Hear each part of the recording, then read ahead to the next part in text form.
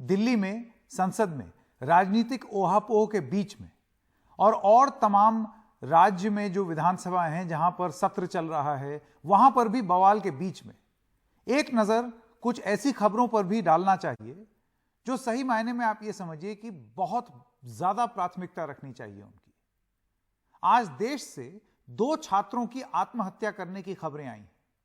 एक आईआईटी मद्रास में electrical engineering पढ़ने वाले छात्र की, जिसका शव उसके हॉस्टल के कमरे में मिला।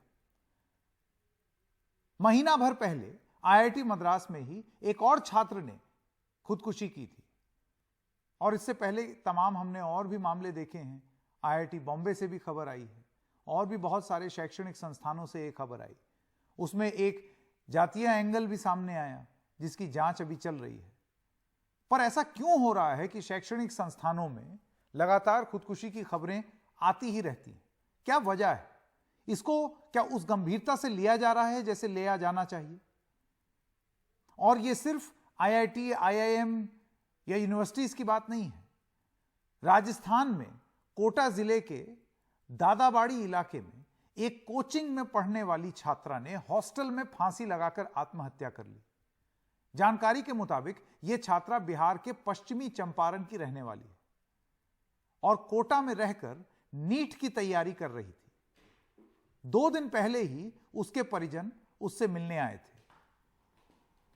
अब यह टेस्ट में नंबर कम आने की वजह से हुआ है यह आत्महत्या या नहीं, यह जांच का विषय है। हॉस्टल में खाना ठीक से नहीं मिलने की वजह से है, क्या उसकी वजह से वो तनाव में थी, यह भी हम नहीं कह सकते। पुलिस को घटनास्थल से कोई सुसाइड नोट नहीं मिला है। पुलिस पूरे मामले की छानबीन कर रही है। लेकिन कोटा में पढ़ रही ये जो लड़की है सुंबुल परवीन, ये पढ़ाई में अच्छी थी, ऐसा इसके परिवार वालों का कहना है। आइए सुनते हैं इनके पिताजी का क्या कहना है। क्या तैयारी कर रही थी बाबूजी? नीट की तैयारी कर रही थी। कब आए थे कोटा में? पिछले साल जून में मैं एडमिशन कराया था। पढ़ाई में कैसी थी? पढ़ाई में बहुत अच्छी थी। जब मैं ला के यहाँ कराया था, इतना लॉकडाउन बीतने के बाद भी उसका करीब 79% मार्क्स था। मैं लेके आया था इधर भी बहुत अच्छी थी। उसका इन्वेस्टिगेशन वगैरह कराया, पढ़ाई बहुत अच्छी थी। उसका नंबर थोड़ा कम था। अभी काहे के पास मैं 2 व्हीलर वॉशिंग करता हूँ और उससे मैं पढ़ाता था अपने बच्ची को। नंबर कम आया तो मैं बोला कि कोई बात नहीं है, अगले साल फिर करा देंगे। तो एक बड़ा सवाल यह है कि क्यों छात्र ले रहे हैं अपनी जान। आइए एक एक करके बात करते हैं और आईआईटी मद्रास पर वापस लौटते हैं, क्योंकि महीने भर में इसी शैक्षणिक संस्थान में दूसरे छात्र की एक खुदकुशी है। 13 फरवरी को इंजीनियरिंग का एक छात्र हॉस्टल के कमरे में मृत पाया गया। इस पर हम आपको कुछ आंकड़े दिखाना चाहते हैं, क्योंकि एल हनुमंतप्पा ने आज राज्यसभा में एक सवाल किया है और यह आपको विजुअल जरा फुल फ्रेम दिखाएं। शैक्षणिक संस्थानों में खुदकुशी 5 साल में कुल कितनी आत्महत्याएं हुई हैं वो जरा देखिए। आईआईटीज के आंकड़े कुछ इस प्रकार हैं। 2018 में 7 थे, 2019 में 8 हुए, 2020 में कम हुए क्योंकि कोविड का प्रकोप था, 2021 में 4, 2022 में फिर से जंप लगा करके ये 8 हो गया और 2023 में अब तक, यानी कि अभी आधा मार्च हुआ है, 3 छात्रों ने आत्महत्या कर ली। ये सिर्फ और सिर्फ आईआईटी में। आइए दूसरी संस्थान देखते हैं, एनआईटी। यहां पर उसके आंकड़े आपके स्क्रीन पर हैं। 2019 में 8 थे, 2020-21 में ये कम हो गए कोविड की वजह से, क्योंकि छात्र आ ही नहीं रहे थे इंस्टीट्यूट। 2022 में फिर बढ़ के 7 हो गया और 2023 में अब तक 3 है। आईआईएम में अगर आप देखें तो वहां पर भी आत्महत्या के आंकड़े थोड़े से कम हैं, एक ही हैं। 2019 में एक भी नहीं था, 2023 में अब तक गनीमत है कि एक भी नहीं हुआ है। लेकिन अगर आप इसको जोड़ करके देखें तो यह आंकड़ा बहुत बड़ा हो जाता है। अब सरकार के अनुसार इन आत्महत्याओं के पीछे कारण क्या है? सरकार उसका जवाब देती है। वो कहते हैं कि पढ़ाई का तनाव है, फिर वो कहते हैं पारिवारिक वजहें भी हैं, निजी वजहें भी हो सकती हैं।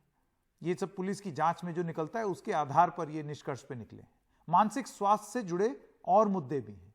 लेकिन इन सब के बीच में आपको याद है होगा कि इसी साल कुछ महीने पहले जब एक छात्र का, दर्शन सोलंकी का, की आत्महत्या हुई तो उसमें आरोप यह लगे कि उसके ऊपर जाति सूचक शब्द प्रयोग किए गए, उसको प्रताड़ित किया गया, और इस बात का जिक्र ये शैक्षणिक संस्थान नहीं करते, दबा ले जाते हैं। ये बात सच है। ये शैक्षणिक संस्थानें जो कह रही हैं, ये बात सच है कि पढ़ाई का तनाव होता है, बहुत कंपेटिटिव एग्जाम होता है। ये बात भी सच है कि पारिवारिक वजहें भी होती हैं। बहुत सारे बच्चे जो हैं वो ग्रामीण परिवेश से आते हैं, गरीब होते हैं, और माँ बाप इतना प्रेशर डालते हैं कि यही हमारे बुढ़ापे का सहारा होगा, हमें गरीबी से यही निकालेगा, और इतना दबाव आप एक छोटे से बच्चे पर डाल देते हैं। कुछ निजी वजहें भी होती हैं, सब होता है। लेकिन इसके साथ साथ एक आरोप यह भी लगता है, हम ये नहीं कह रहे हैं कि ये जो प्रकरण हुआ है उसमें यह वजह हो सकती है, लेकिन इससे पहले उच्च शिक्षण संस्थानों में खुदकुशी को लेकर के जाति एक वजह रही है या नहीं, उस पर भी कई बार चर्चा हुई। अब धर्मेंद्र प्रधान ने, जो कि शिक्षा मंत्री हैं, उन्होंने संसद में यह जानकारी दी कि कुल 122 छात्रों ने खुदकुशी की है। 24 छात्र अनुसूचित जाति से हैं, 3 छात्र अनुसूचित जनजाति से हैं। यह दिसंबर 2021 को उन्होंने रिपोर्ट दी थी। अब ये बिल्कुल लेटेस्ट अपडेट नहीं है, 2014 से 2021 के आंकड़े वो दे रहे हैं।